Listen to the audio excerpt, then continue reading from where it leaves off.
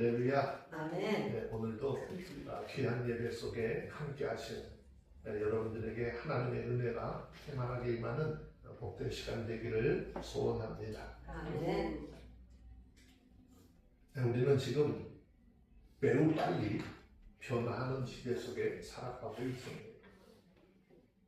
얼마나 빨리 변하는지요. 어제의 상식이 오늘 더 이상 통하지 않고, 또 우리가 당연하다라고 여겼던 것들도 어느 순간에 다 무너져 내려버리는 그런 모습들을 보게 되죠.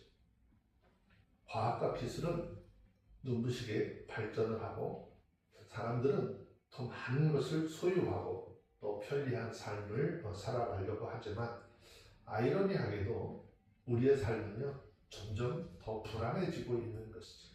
왜 그럴까요? 우리가 눈으로 보는, 겉으로 보이는 세상이 점점 좋아지는 것처럼 보이지만 실제로는 보이지 않는 곳에서 그 근본 자체가 흔들리고 있기 때문인 것이죠. 신앙적으로는 어떨까요? 신앙적으로는 진리가 흐려지고 있어요. 삶의 영역을 돌아보면 선과 악의 경계가 이미 다 무너져 버렸어요. 많은 사람들이 하나님 없이도 괜찮다고 말하는 목소리들이 점점 커져가고 있습니다. 더 안타까운 것은 하나님을 믿는 사람들이 모이는 모임의 공동체 안에서 이런 일들이 이미 벌어지고 있다고 하는 것입니다. 이것은 단순히 사회적인 변화의 문제일까요? 단순히 사회적인 변화의 문제만은 아닙니다. 성경은 이것을 무너짐이라고 말씀하고 있습니다. 여러분, 건물이 무너질 때 하루아침에 무너지는 것이 아니죠. 겉으로는 멀쩡해 보여도요, 기초가 약해지면 어느 세월이 좀 지나면서 기초가 붕괴되는 사건들이 일어나죠. 우리가 살고 있는 이 세상 어떨까요? 우리가 예수를 믿고 그리스도인으로 사는 삶은 어떨까요? 지금은 여전히 유지되어지는 것처럼 보여지겠지만 성경은 우리에게 분명히 말씀하고 있습니다. 이 세상은 결코 영원하지 않은 것이고, 하나님이 정한 때가 되면 반드시 무너지게 되어져 있다는 것이죠. 아멘. 그렇다면 우리는 하나님의 말씀을 믿는 사람들이잖아요. 아멘. 그렇다면 우리가 하나님의 말씀을 믿고 그 말씀대로 되어질 것을 믿고 두려움과 떨림으로 하나님의 말씀을 쫓아 살고자 하는 다짐이 있어야 하는 거예요. 아멘. 우리의 목숨, 우리의 생명 다른 사람 손에 맡기면 안 돼. 많은 사람들은 이제 내 가족은 누가 지켜? 내가 지키는 거죠. 우리 가족들의 밥상은 누가 지켜? 주부가 지키잖아요. 우리의 삶, 우리의 신앙은요, 내가 지켜야 하는 거예요. 아멘. 고린도 교회처럼 너 예수파니? 바울파야? 아볼로파야? 이거 되게 중요하지 않아요. 하나님의 말씀을 믿는 그 믿음 안에서 하나 되어지는 것, 내가 그 하나님의 말씀을 진실로 믿고 따라가는 것, 그 안에 믿음이라는 것을 통해서 우리를 구원하시는 하나님의 은혜가 임하게 되는 것이죠. 아멘. 자, 베드로후서 3장 7절에 있는 말씀을 잠시 한번 볼까요? 하나님께서 지금 이 세상 어떻게 영원히 있을 거라고 하시나요? 베드로후서 3장 7절 한번 봅니다. 다 같이 찾으셨으면 한 음성으로 읽습니다. 시작. 이제 하늘과 땅은 그 동일한 말씀으로 불사르기 위하여 단수하신 바 되어 경건치 아니한 사람들의 심판과 멸망의 날까지 보존하여 두신 것이니라. 아멘. 오늘 저와 여러분들이 읽은 이사야서 24장의 말씀이 바로 그 장면을 우리에게 구약강에서 보여주고 있는 것입니다. 하나님께서 땅을 공허하게 하시고 뒤집으시고 그 위에 사는 모든 사람들을 흩으신다라는 말씀을 하고 있습니다. 더욱 놀라운 것은 이 심판이 특정한 사람들에게 임하는 것이 아니라 모든 계층, 모든 사람들에게 동일하게 임한다는 사실입니다. 왜 이런 일들이 일어날까요? 성경은 분명하게 말씀하고 있어요. 사람들이 하나님의 법을 어기고 그 하나님과 맺은 언약을 깨뜨렸기 때문이다 라고 하고 있습니다.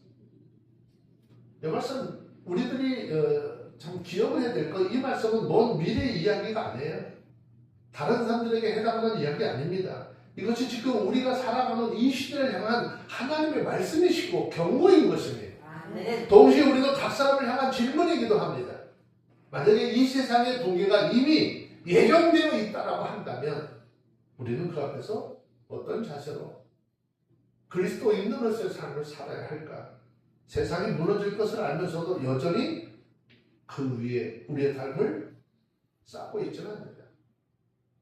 아니면 흔들리지 않는 하나님 위에 우리의 삶을 살고 있는지, 오늘 말씀을 통해서 예정된 세상의 통계 앞에 우리 어떻게 살아야 하는지를 질문을 받고 하나님의 음성을 함께 듣고 우리의 신앙들을 점검하는 그런 귀한 시간이 되어지기를 주의 이름으로 축원합니다. 아멘. 세상의 종말은요 이미 확정되어져 있습니다. 결코 피할 수 없는 사실이에요. 아멘. 자, 구약마당에서 이야기하지만 신약에서도 동일하게 이야기를 하고 있는 건데, 이사야서 24장 1절에 있는 본문의 말씀을 한번 읽습니다. 시작. 여호와께서 땅을 공허하게 하시며 황무하게 하시며 뒤집어 부시고 그 거민을 흩으시리라. 흩으시리라 그랬어요. 이 말씀은 거의 비슷한 언급이 이사야서 24장 3절에서도 반복이 되고 있습니다. 그러니까 이 한 절의 말씀은 단순히 재난이나 역사적 혼란을 말하는 것이 아니라 하나님께서 이 세상 전체를 향해서 행하시는 전면적인 심판의 모습을 말씀하고 있어요. 먼저 하나님께서 땅을 공허하게 하신다라고 하셨는데, 이 표현은 매우 중요한 창조 신학적 의미를 그대로 담고 있어요. 성경에서는 성경을 보면 창세기는 하나님께서 혼돈과 공허 가운데 질서를 세우시고 그 안에 생명과 풍요를 채우시는 그런 창조의 하나님인 것을 증거하고 있죠. 그런데 여기서 공허하게 하신다라고 하는 이 말은 그 창조의 질서가 죄로 인해서 거두어지는 상태를 이야기하는 것이죠. 즉 인간이 하나님을 떠나서 하나님의 말씀의 가르침을 받지 않고 그 하나님의 뜻을 거부할 때 세상은 스스로 유지되는 것이 아니라 하나님의 손길이 거두어짐으로 다시 공허함으로 돌아가게 될 것이다 하는 것입니다. 이것은 단순히 자연이 황폐해지는 그런 문제가 아니라 하나님과의 단절된 인간의 존재의 영적 상태를 그대로 드러내고 있는 것입니다. 이어지는 표현에 황무하게 하신다는 말씀하셨어요. 이 말씀은 하나님과의 믿음의 관계가 단절이 된 상태의 결과를 좀 더 구체적으로 설명하고 있습니다. 공허함, 비어있는 상태를 이야기하는 것이고요. 황무함이라고 하는 것은 생명이 사라진 상태를 이야기하는 거예요. 더 이상 그곳에서 열매를 기대할 수 없고 생명이 자랄 기반이 다 사라져버린 상태죠. 이것은 인간의 사회가 하나님 없이 그냥 자신들의 힘과 능력으로 유지하려고 할 때 생명력과 그런 의미를 잃어버리게 될 영적 현실을 보여주고 있는 것입니다. 겉으로는 도시가 존재하고 경제가 잘 움직이고 사람들이 뭔가를 열심히 잘 먹고 살아가는 것처럼 보일지라도 하나님이 빠진 그 자리에는 참된 생명과 목적이 사라져버리고 마치 황무지와 같은 상태가 되어질 것이다 라는 것을 또 뒤집어 엎으신다라는 얘기도 했어요. 단순히 파괴적인 것을 의미하는 것이 아니라 구조 자체의 전복을 의미하는 거예요. 아예 없애버리는 거예요. 인간은 스스로 질서를 만들고 안정된 사회를 구축했다라고 생각을 하겠지만 하나님께서 그 기반을 뒤집으시면 인간이 의지했던 모든 체계가 더 이상 기능을 하지 못하게 되는 것이죠. 꽤 오래전에 고베라고 하는 지역에 지진이 한번 일어났었잖아요. 아주 일본 사람들은 그 지진에 대해서는 자기는 안전하다고 생각하면서 세웠던 그 도시에 하나님이 즉각적인 지진을 한번 일으켰더니 온 도시 건물이 다 무너져 버렸어요. 예전에 한번 말씀을 드렸지만 기적적으로 무너지지 않고 딱 서 있던 건물이 조그만 교회 십자가 달린 그 교회 위에는 다 무너져 버렸어요. 그것을 통해서 그때 사람들이 하나님 살아계신 분인가 보다. 일본 사람들 뇌리에 그렇게 심어졌어요. 근데 시간이 지나면서 다시 원래 자리로 돌아갔습니다. 이것은 정치적으로, 경제적으로, 사회적으로 그런 구조뿐만이 아니라 인간이 만들어 놓은 가치 체계의 전체가 다 흔들려 버리는 것을 포함하고 있습니다. 즉 하나님이 없는 인간의 문명은 겉으로는요 굉장히 견고해 보이겠죠. 그런데 하나님의 개입 앞에서 언제든지 전복될 수밖에 없는 연약한 구조라는 사실을 설명을 하고 있습니다. 마지막으로 그 거미를 흩어버리신다는 말씀하셨거든요. 이 말씀은 이 심판이 개인이 아니라 공동체 전체에 미치는 결과를 설명을 하는 것입니다. 하나님과의 관계가 끊어진 사회는요 결국 함께 모여 있을 수 있는 결속력조차도 잃어버리게 되는 것이다.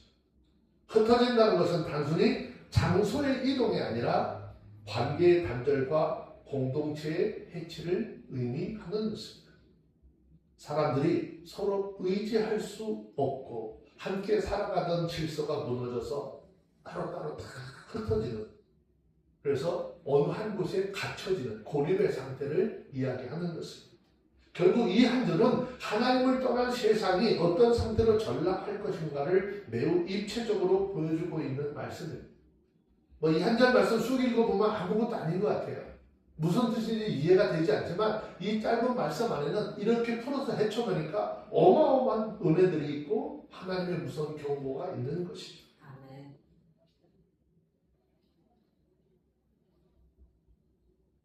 창조 질서의 상실, 생명의 황폐함, 구조의 전복, 그리고 공동체의 붕괴까지 모든 것이 하나님의 심판 안에 하나의 흐름으로 쭉 이어지고 있다는 것입니다. 여러분 이 말씀은 과거 단지 이스라엘 백성들이나 먼 미래의 백성, 세상을 이야기하는 것이 아니라 오늘 우리가 살아가고 있는 우리에게도 동일하게 주시는 말씀이에요. 아멘. 하나님이 없는 삶은 과연 얼마나 견고할 수 있을까요? 하나님 없이 세운 우리의 계획과 삶의 구조가 과연 끝까지 잘 유지될 수 있는가를 묻고 있는 것입니다. 그러므로 우리들은 이 말씀 앞에 두려움만 아니라 분명히 깨달음을 가져야 하는 거예요. 아멘. 하나님을 떠난 자는 결국 공허해지고 황무해지고 무너지고 흩어질 수밖에 없다는 사실을 기억하고 아멘. 우리의 삶을 다시 하나님께로 돌이키는 그런 은혜가 있어지기를 주의 이름으로 축원합니다. 아멘. 많은 사람들이요 세상 종말 없다라고 떠들고 이야기하지만 성경은요 분명히 종말을 이야기하고 있습니다.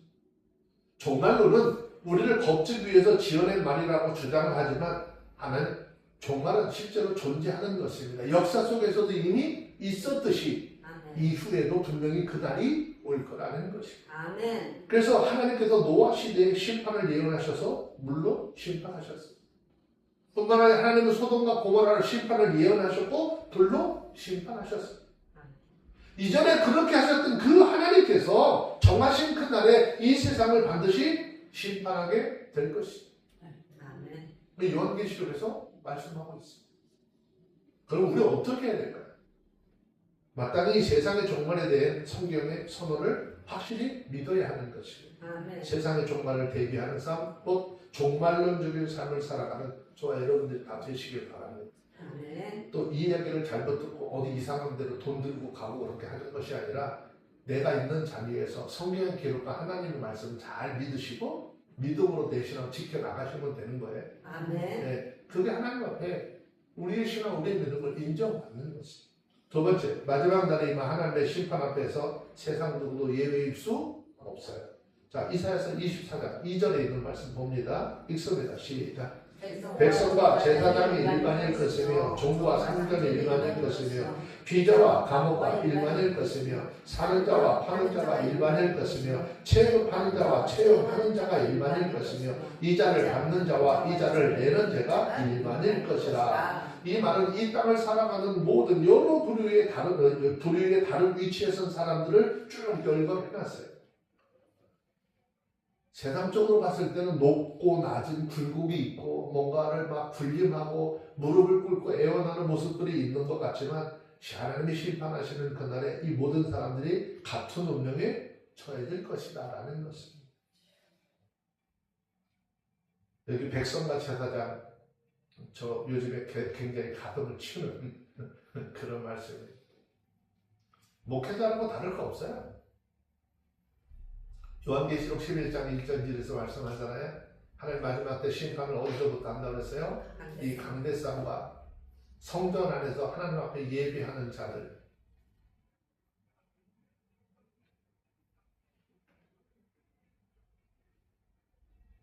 백성과 제사장, 종과 상전, 여종과 여주인, 신분에 따라서 사람을 구분을 해놨어요.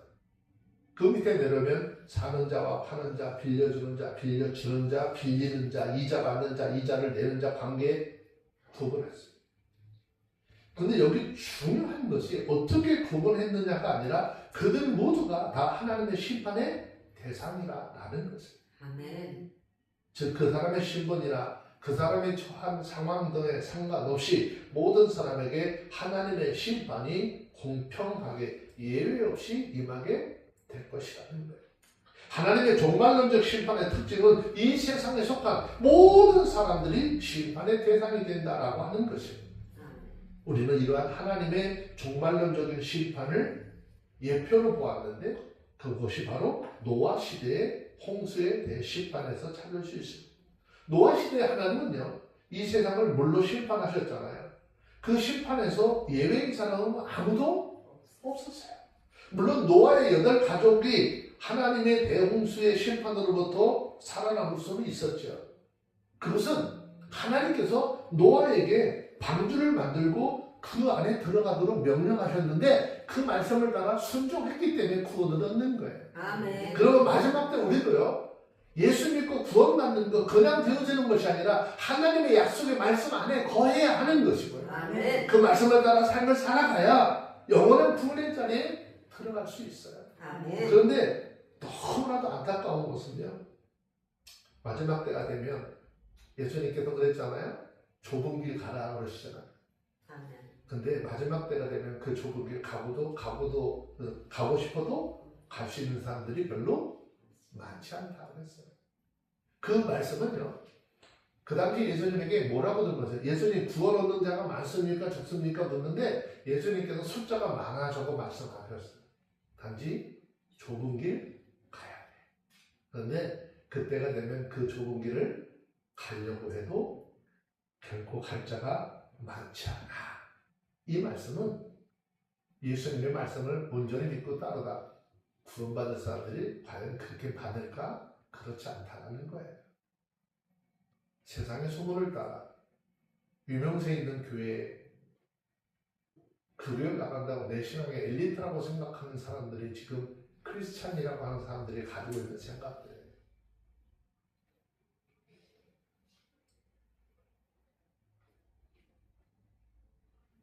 노아의 가족들도 분명히 홍수의 심판의 자리에 머물러 있었어요. 근데 그들이 다른 사람과 다른 점이 뭐예요? 비록 하나님의 심판 가운데 있었지만 하나님의 은혜를 입고 다른 사람들이 망할 때 생명을 보존할 수 있었던 것은 하나님의 약속의 말씀을 믿고 따랐다는 것입니다. 아멘.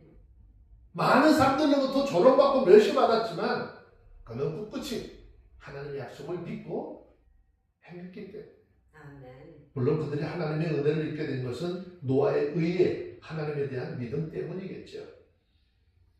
궁극적으로 노아 시대의 그 대홍수 심판은 많은 사람들에게 미친 것처럼 하나님의 종말론적인 심판도 세상에 존재하는 수많은 사람들에게 하나도 빠짐없이 임하게 될 것이에요. 특별히 노아 시대의 홍수 심판은 다시 생존하였던 사람들만 대상으로 한 심판이라고 한다면 세상의 마지막 때의 종말론적인 심판은 그때 살아가는 사람들은 물론 이미 죽은 사람들까지도 다 대상으로 할 것이라는 거죠. 사람 죽을까요? 안 죽을까요?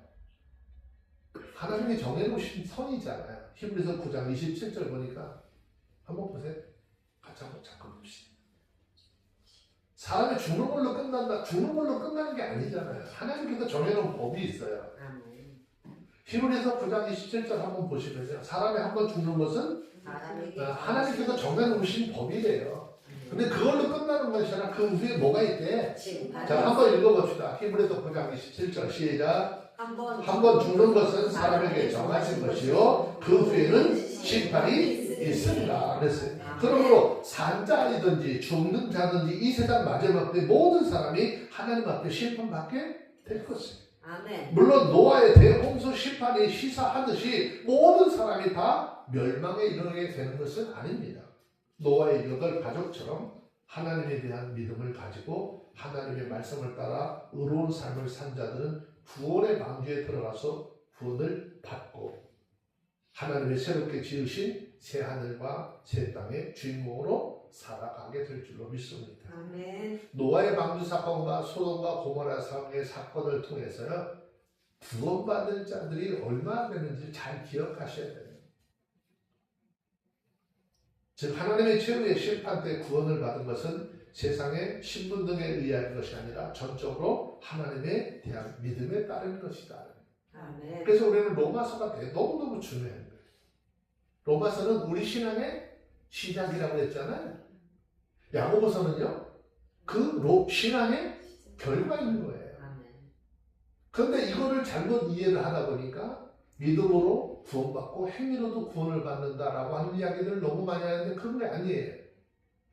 우리는 믿음으로 구원을 받는데 그 사람의 믿음이 있는지 뭘로 나타나는 거예요? 행위를 통해서 나타난다는 거예요. 믿음이 있는 사람은 하나님의 말씀 안에서 삶이 변화가 오는 것이고 하나님이 원하시는 믿음의 열매들이 드러나게 되어져 있는 것입니다. 우리는 다 너나 할 것 없이 어떤 신분, 어떤 위치에 살아가든지 누구와 더불어 살아가든지 하나님의 심판대 앞에 설 사람들인 것을 기억하라는 것이죠. 아멘. 그리고 그날이 점점 다가올수록 기억하시고 하나님의 은혜를 사모하며 살아가는 저와 여러분들이 되시길 바랍니다. 아멘. 그래서 신앙적으로 지금 깨어서 의를 행하고 하나님의 영광만 위해 살아가는 저와 여러분들 되시길 바랍니다. 아멘.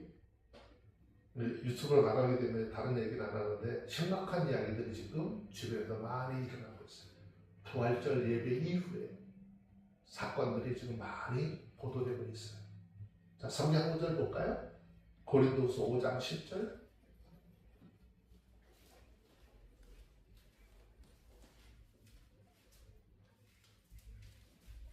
찾으셨으면 고린도서 5장 10절 읽습니다. 시작. 이는 우리가 다 반드시 그리스도의 심판대 앞에 드러나 각각 선악 분의 그 몸으로 행한 것을 따라 받으려 합니다. 아멘. 그러므로 우리가 그렇게 믿음으로 살아갈 때 의로우신 하나님의 심판자리 앞에서 여러분들 구원하시고 여러분들 영혼을 보존하시고 의로우신 하나님의 나라로 인도하실 줄로 믿습니다. 아멘. 이런 은혜를 입기 위해서는 다른 방법 없어요. 하나님의 말씀을 믿고 순종하고 따르는 거예요. 아멘. 좌로나 우로나 흔들릴 필요도 없어요. 아멘. 오직 예수 그리스도를 표대로 달려갈 수 있는 저와 여러분들이 되시길 바랍니다. 아멘. 세 번째 성도는요, 점점 악해지는 세상의 징조들을 바라보면서 종말의 때가 점점 다가오고 있구나라고 하는 것을 느끼라는 거예요. 그래서 준비하는 삶을 살라는 건데, 자, 이사야서 24장 3절 다 같이 한번 읽습니다. 시작. 땅이 온전히 공허하게 되고 온전히 황폐하게 되리라. 여호와께서 이 말씀을 하셨느니라. 이 말씀은 단순히 예언의 한 구절이 아니에요.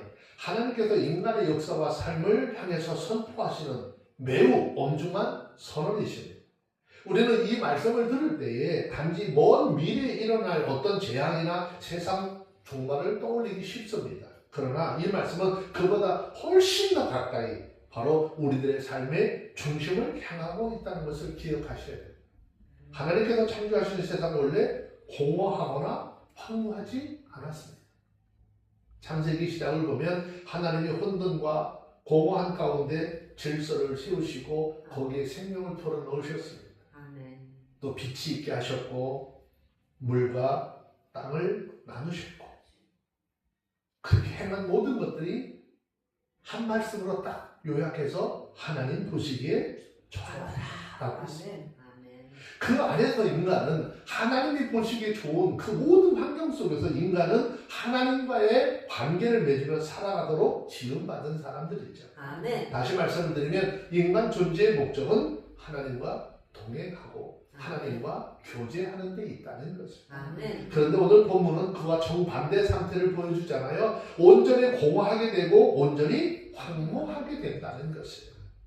여기서 온전이라고 하는 이 표현은 부분적인 문제가 아니라 전면적인 붕괴를 이야기하는 거예요. 삶의 일부가 아니라 삶의 전체가 무너지는 것을 이야기하는 거예요. 기독교의 신앙 자체가 부분적으로 무너지는 게 아니라 전체적으로 무너져 앉고 있는 상황을 설명하고 있는 거예요. 아멘. 먼저 공허하게 된다라고 하는 이 말씀을 생각해 보시기 바랍니다. 공허하면요, 단순하게 뭐예요? 아무것도 없는 그런 상태를 이야기하는 거 아니에요. 오히려 많은 것들을 가지고 있음에도 불구하고 만족과 의미를 느끼지 못하는 상태를 이야기하는 것입니다. 오늘 살아가는 사람들의 모습을 보세요. 이 말씀이 얼마나 우리 삶 속에 현실적인지를 알 수 있습니다. 물질로는 풍요롭습니다. 정보 기회 넘쳐납니다. 요즘에는 뭐 AI라는 것이 발달이 얼마나 됐는지 뭐 필요하고 얘기만 하면 다 알아서 대답해주고 뭐.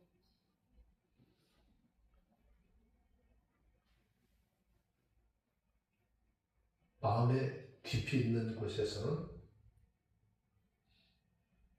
말로 설명할 수 없는 허무함과 공허함이 느껴집니다. 왜 그럴까요? 거기에 생명이 없기 때문이에요. 하나님이 빠져있기 때문에. 인간은 하나님을 중심으로 살아가도록 지음받았기 때문에 그 자리에 비어있으면 무엇으로 채울 수 없어요. 하나님은 성경에서 우리에게 표현하시기를 어디보다 크신 하나님? 우주보다 크신 하나님이라고 했잖아요. 아멘. 그 하나님이 빠져나간 자리를 무엇로 채울 수 있을까요?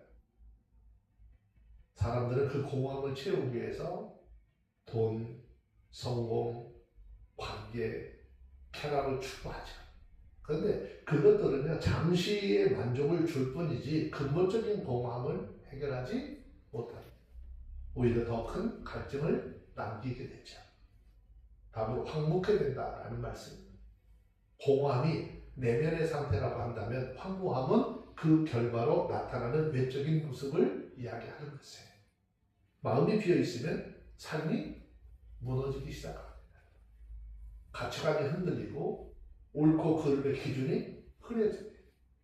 결국 죄가 자연스럽게 그 사람의 심령 속에 들어와서 자리를 잡게 되죠. 관계는 깨어져요. 공동체는 무너집니다. 삶의 방향은 점점 혼란스러워질 수밖에 없죠. 이 황무함은 개인의 삶에만 그치면 좋겠는데 개인의 삶에만 머무르지 않습니다. 가정이 황폐해지고 사회가 병들고 세상 전체가 무너지는 방향으로 흘러가게 되어져 있습니다.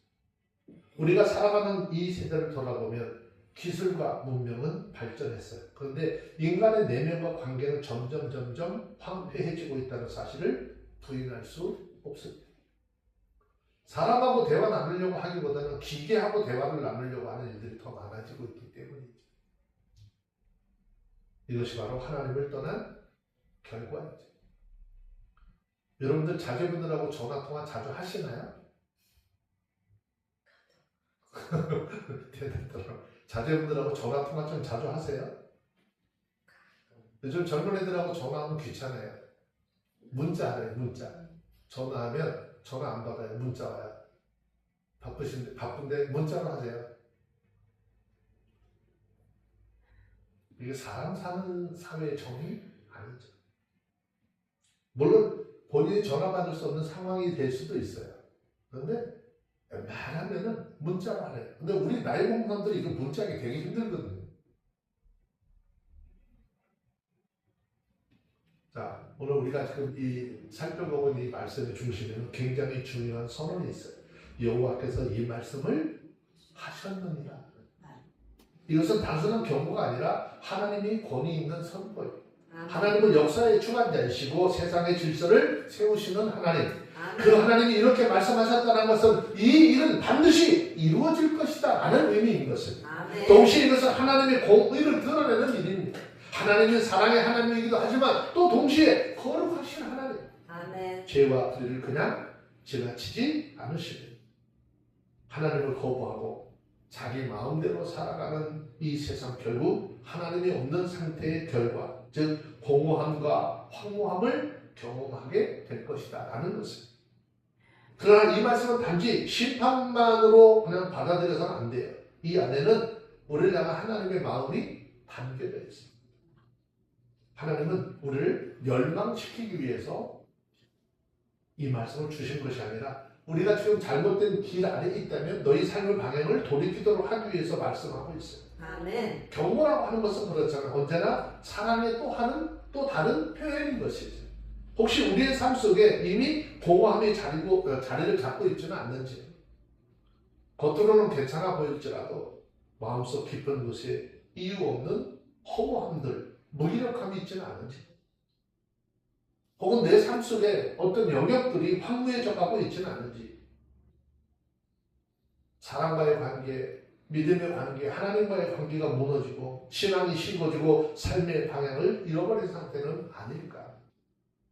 그렇다면 지금 하나님께로 우리의 삶의 방향을 돌려야 할 때인 것입니다. 아멘. 하나님께로 돌아간다는 것은요, 단순히 종교적인 행위에 머무는 거 아니에요.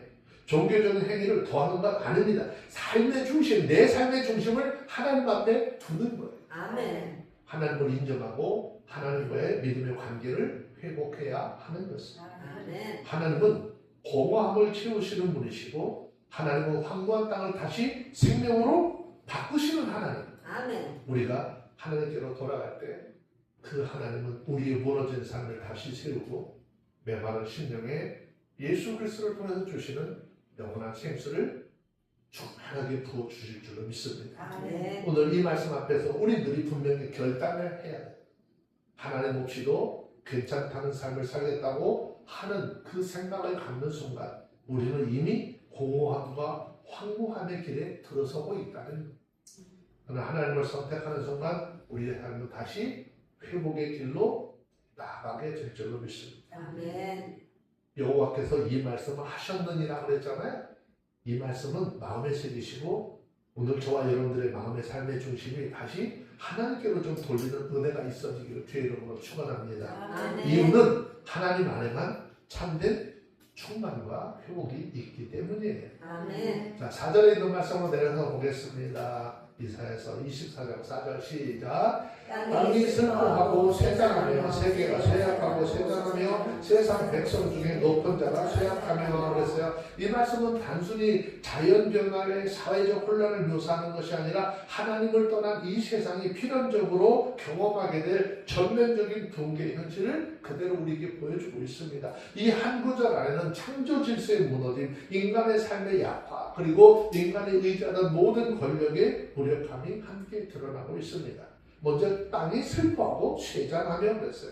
슬퍼한다라고 하는 이 표현은 단순한 감정의 묘사가 아니라 창조 세계 전체가 죄로 인해서 정상적인 상태에 놓여있다라고 하는 것을 상징적으로 보여줍니다. 성경은 처음부터 땅이 인간의 죄와 연결이 되어 있는 것을 그대로 보여주고 있어요. 우리가 잘 알고 있는 것처럼 창세기 3장 18절을 보면 아담이 범죄한 이후에 하나님으로부터 아담만 저주받은 것이 아니라 그가 살던 땅도 함께 저주를 받죠. 많은 곡식과 많은 재물들을 냈던 그 땅이 이제 어떻게 가시와 엉겅퀴를 내기 시작했고 인간은 수고와 땀 흘리는 가운데 살아야 하는 거예요. 즉 인간과 하나님과의 관계가 깨어지면 인간과 자연의 관계도 함께 무너져 버리는 거예요. 우리 삶만 무너지는 게 아니라 우리 삶 전체도 무너진다라는 거예요. 쇠잔하다라고 하는 말은 생명력이 줄어들고 힘을 잃어가는 상태를 설명하는 것인데 땅이 더 이상 생명을 풍성하게 공급하지 못하고 본래 생명력을 상실한 상태가 되어진다는 것입니다. 이것은 단순히 환경의 문제 넘어서 죄가 창조 질서에 얼마나 오염을 시켰는지를 보여주는 영적인 현실입니다. 하나님과 단절된 세상은 결국 생명을 유지할 수 있는 힘을 잃어버릴 수밖에 없다는 것입니다. 이어지는 말씀 속에서 세계가 쇠약하고 쇠잔한다라고 했어요. 여기서 말하는 세계, 코스모스라고 하는 단어가 되는데 이건 그냥 우리가 생각하는 이런 단어, 자연적인 환경에 인간이 살아가고 있는 전체 질서를 의미하는 거예요. 사회, 문화, 경제, 인간관계까지 포함하는 총체적인 삶의 구조를 이렇게 설명하고 있습니다. 그런데 이 세계가 쇠약해질 것이다 그랬어요. 단순히 어려움이 있다는 정도가 아니라 중심을 잃어버리고 힘을 잃어버리고 기능이 약화져 버린 그런 상태를 이야기하는 거예요. 우리가 살아가고 있는 이 시대를 한번 돌아보십시오. 이 말씀이 결코 먼 이야기일까요? 아니에요. 겉으로는 발전하고 겉으로는 뭐가 성장하는 것처럼 보이지만 내면으로는 점점 더 많은 부분이 쇠약해지고 있습니다. 인간의 존엄성 약해져요.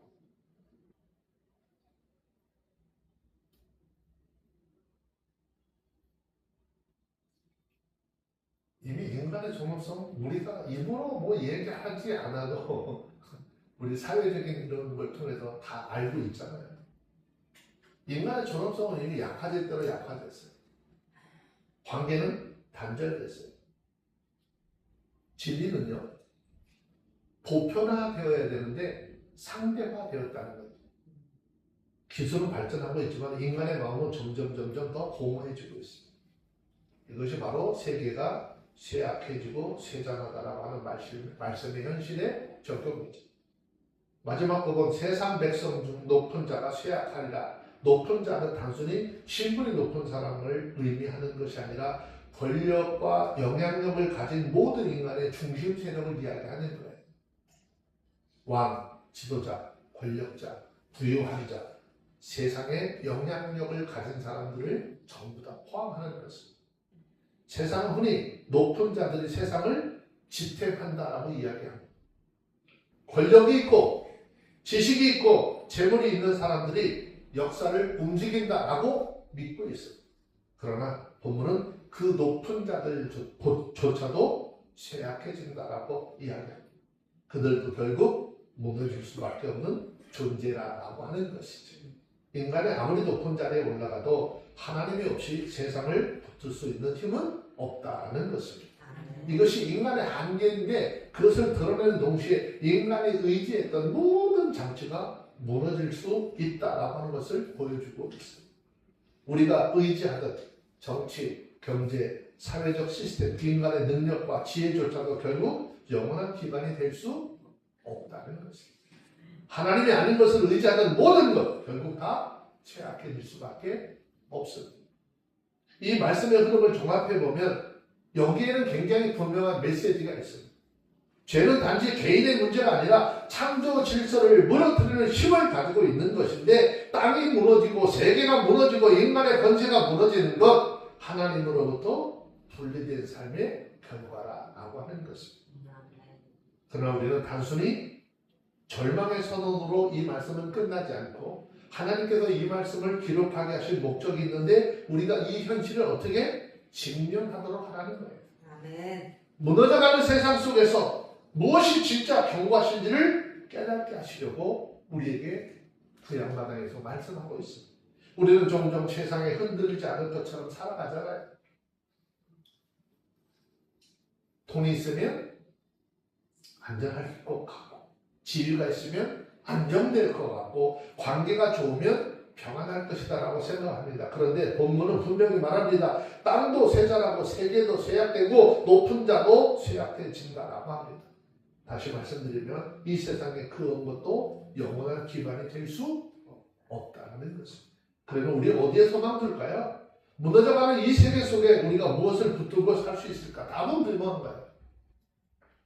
오직 하나님 한 분, 아멘. 우리의 구원자이신 예수 그리스도밖에 없는 것입니다. 아멘. 하나님만이 취하지 아니하시고 하나님만이 약하지 않으시고 아멘. 하나님은 말씀하고 있는 것처럼 어제나 오늘이나 영원토록 동일하신 하나님. 아멘. 변하지 않습니다. 이 말씀은 결국 우리에게 너희들이 삶의 목적과 방향을 어디에 두고 있는지 잘못됐다면 돌이키라는 것이죠. 무너질 수밖에 없는 것을 붙들고 살아갈 것인지 아니면 영원한 흔들리지 않는 하나님께 삶을 세울 것인지 선택하라고 하는 거죠. 그래서 신학을 와서 예수님 말씀하셨어요. 모래 위에 세운 집, 반석 위에 세운 집. 모래 위에 세운 집은 조그만 바람이 불고 조그만 풍파 불어도 무너지지만 반석 위에 세운 집은 무너지지 않는다는 것이죠. 오늘 이 말씀 앞에서 우리 모두가 우리의 신앙들 믿음을 점검해 보시기를 바랍니다. 아멘. 내가 의지하고 있는 것이 무엇인가, 내 삶의 기반이 어디에 있는지, 내가 안전하다고 생각하는 것들이 정말 안전한지, 그리고 모든 질문의 끝에서 하나님께로 방향을 돌이키는 역사가 있기를 바랍니다. 아멘. 자, 5절에 있는 말씀 마지막 절 한 절 더 봅니다. 읽습니다. 시작. 땅이 땅이 또한 그 거민 아래서 더럽게 되었으니 이는 그들이 율법을 범하여 율례를 어기며 영원한 언약을 파괴하였습니다. 이 말씀은 세상의 혼란과 황폐함이 단순히 환경 문제라든지 사회적 구조의 실패가 아니라 인간의 영적 타락에서 비롯된 결과라고 하는 것을 우리 가운데 보여주고 있습니다. 앞에서 말씀하셨던 말씀들과 땅과 세계와 인간의 권세가 쇠약함을 보여줬다면 우리는 여기에서 원인이 무엇이었는지를 알 수 있도록 하고 있습니다. 즉 땅이 더럽혀진 이유는 인간과 하나님과의 맺은 언약을 깨뜨렸기 때문입니다. 본문 먼저 땅이 또한 그 거민 아래서 더럽게 되었다라고 했는데 여기서 더럽게 되었다라고 하는 말은 단순히 외적인 오염이나 환경의 오염만을 의미하는 게 아니에요. 성경에서 더러움은 언제나 영적인 상태, 신앙적인 상태, 믿음의 관계 상태와 연결이 되죠. 죄는 단순히 인간의 마음에 머무르는 것이 아니라 인간들이 살아가고 있는 공간 전체를 오염시키는 큰 힘을 가지고 있습니다. 땅은 하나님이 인간에게 맡긴 삶의 터전이죠. 인간은 땅을 다스리며 하나님 앞에 영광을 돌리는 존재로 창조되었잖아요. 아멘. 자, 이사야서 43장 21절 보면 하나님께서 우리를 왜 창조하셨는지 그 창조의 목적에 대한 이야기를 하고 있잖아요. 이사야서 43장 21절 한번 봅니다. 찾으셨으면 한음성 한번 있습니다. 이사야서 43장 21절 시작. 이 백성은 내가 나를 위하여 지었다니 나의 찬송을 부르게 하려 함이라. 아멘. 그러나 인간이 하나님을 떠난 죄 가운데 살게 되면서 그 삶의 자리 자체가 더럽혀지기 시작했다는 것이죠. 다시 말해서 인간의 타락은 개인의 내면에는 머물지 아니하고 인간의 살아가는 모든 환경과 관계와 구조까지의 영향을 미쳤다는 것입니다. 그래서 그 거민 안에서라고 하는 이 표현은 굉장히 중요한 거예요. 땅이 스스로 더럽혀진 것이 아니라 그 위에 사는 사람들로 인해서 더럽혀지게 되었다는 거예요. 교회가 스스로 더럽혀진 것이 아니라 그 교회라고 하는 위에 세워진 사람들에 의해서 더럽혀졌다는 것입니다. 책임의 방향이 분명하게 인간에게 있다는 거예요. 오늘날 사람들의 문제의 원인도 환경도 제도 시대적 상황 구조 문제 자꾸 돌리려고 하잖아요. 그런 문제 아니라는 거예요. 근본적인 문제가 어디에? 인간의 죄 때문이라는 거예요. 이어지는 말씀이 그 이유를 구체적으로 설명하라. 이는 그들이 율법을 범하며 율례를 어기며 영원한 언약을 파괴했습니다. 여기 세 가지 죄의 단계를 번복해서 강조했습니다. 먼저는 율법을 범하며. 율법은 단순히 규칙이 아니라 하나님의 뜻을 드러낸 기준이잖아요. 아멘. 인간은 그 하나님의 말씀을 기준으로 살아가도록 지음받았어요. 그러나 죄는 그 기준을 넘어서려고 하는 것이죠. 하나님은 먹지 마 해서 먹지 말아야 되는데 유혹을 받아서 쳐다보고 또 쳐다보니까 달라지기 시작하잖아요. 보암직도 하고 먹음직도 하고 탐스럽게 보여지니까 그 다음에 행동으로 이어지는 거예요. 손을 들어서 따먹는. 율법을 범한다는 것은 단순히 실수를 의미하는 것이 아닙니다. 의도적으로 하나님의 기준을 넘어서 자기중심적으로 살아가려는 하는 상태를 이야기하는 거예요. 두 번째, 율례를 어겼다. 율례는 하나님이 정하신 삶의 질서입니다. 하나님은 세상을 혼란이 아니라 질서 가운데 세우셨어요. 아멘. 그런데 인간은 그 질서를 깨뜨립니다. 관계 질서, 삶의 우선순위, 도덕적 기준, 예배의 중심이 모두 무너지게 됩니다. 죄는 단순히 한 가지 영역의 문제가 아니라 삶 전체의 질서를 파괴하는 것입니다. 마지막으로 영원한 언약을 파괴했습니다 했는데 가장 근본적인 문제를 말씀하고 있습니다. 인간의 죄는 단순히 규칙을 어기는 것이 아니라 하나님과의 관계를 깨뜨리는 것이에요. 성경에는 말씀하는 영원한 언약은요, 하나님께서 인간과 맺으신 관계적 약속인 거예요. 아멘. 하나님은 인간 버리지 않습니다. 아멘. 인간은 하나님을 의지하도록 또 그렇게 의지하며 살아가도록 부르셨어요. 아멘. 근데 인간은 그 언약을 파괴하고 하나님을 떠나는 길을 선택했어요. 이 세 가지는 점점 깊은 죄의 구조를 보여줍니다. 하나님의 말씀을 어기고 하나님께서 세운 질서를 무너뜨리고 결국에 하나님과의 관계 자체를 끊어버리게 되는 것이죠. 이것이 바로 세상을 더럽게 하게 된 근본적 이유라는 것입니다. 따라서 오늘 본문은 매우 중요한 말씀을 우리에게 하고 있는데 세상의 문제는 단순히 외부 환경의 문제가 아니라 인간과 하나님과의 맺은 관계의 문제라는 것입니다. 땅이 더럽게 된 이유는 시스템이 부족해서가 아니라 인간이 하나님을 떠났기 때문입니다. 오늘 이 말씀을 통해서 우리의 삶을 돌아보면 굉장히 큰 도전을 받습니다. 우리는 종종 문제의 원인을 자꾸 어디에 나한테서 찾으려고 하지 아니하고 바깥에서 찾으려고 하죠. 환경이 나빠서 시대가 어려워서 모든 사람이 변해서 그렇다라고 합니다. 그런데 하나님은 먼저 우리에게 이렇게 물으시는 거예요. 너는 말씀을 범하지 않았니? 너는 내가 정한 질서를 어기지 않았어? 나와의 언약 잊어버리지 않았니? 라고 말씀하세요. 우리 개인의 삶도 마찬가지예요. 마음이 혼란스럽고 삶이 무너지고 관계가 깨어지는 이유는 자꾸 외부에서 외부에서 못 찾아요. 그 중심에는 하나님의 관계, 하나님과 나의 관계가 흔들렸기 때문이라는 것이. 하나님과의 관계가 바르게 서게 될 때 삶의 질서도 회복되어지는 것입니다. 그러나 하나님과의 관계가 무너지면 아무리 외적인 조건이 좋아도 결국 그 삶은 혼란스러워질 수밖에 없어요. 이 말씀은 공동체와 사회에도 동일하게 적용이 되는 말씀입니다. 가정이 무너지고 사회가 혼란스러워지고 정의가 사라지는 이유는 단순히 제도 문제가 아니라 하나님을 떠난 인간의 선택에서 비롯되었다는 것입니다. 하나님이 없는 질서, 결국 오래 갈 수 없습니다. 이 말씀은 단지 정죄로 끝나지 않습니다. 하나님은 우리를 현실로 깨닫고 앞에서도 계속 말씀드렸던 것처럼 잘못된 것에서 하나님을 향해서 방향을 돌리기로 하죠.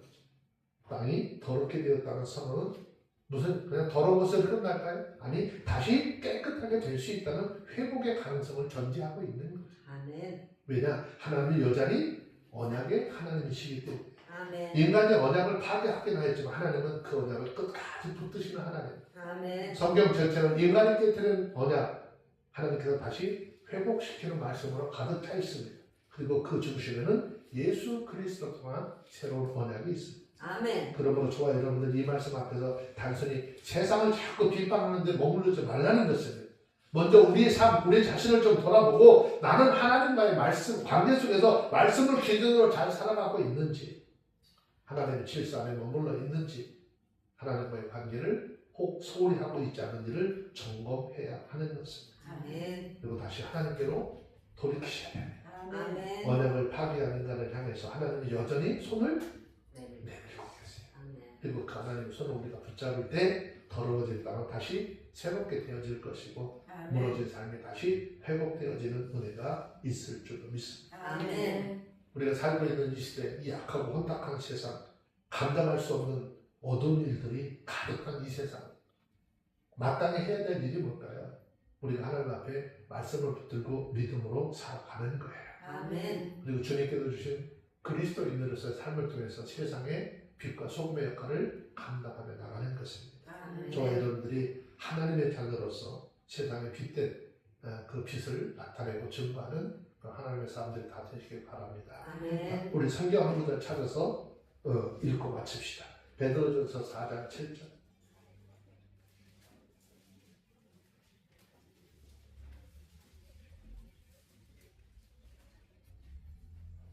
찾으셨으면 베드로전서 4장 7절 읽습니다. 시작. 만물의 마지막에 가까웠으니 그러므로 너희는 정신을 차리고 근신하여 기도하라. 아멘. 기도합니다. 거룩하신 아버지 하나님, 오늘도 하나님의 귀한 말씀으로 이 세상의 결국과 하나님의 뜻을 깨닫게 하시니 감사합니다. 아멘. 저는 우리가 하나님보다 세상을 더 의지하며 영원하지 않은 것들 위에 삶을 쌓아왔음을 고백합니다. 우리의 죄를 용서하여 주옵소서. 무너져가는 세상 속에서 두려움에 흔들리지 않게 하시고 오직 하나님만을 우리들의 반석으로 붙들게 하여 주옵소서. 아멘. 예정된 세상의 통계 앞에서 더욱 주님 앞에 가까이 나가게 하시고 하나님의 말씀이 굳게 서는 삶을 살게 하옵소서. 아멘. 우리의 가정과 교회가 흔들리는 시대 속에서도 무너지지 않는 믿음의 공동체 되게 하여 주시고 세상 가운데 빛과 소금으로 살아가게 하여 주시기를 원하며 이 모든 말씀 우리 주 예수 그리스도 이름으로 기도합니다. 아멘.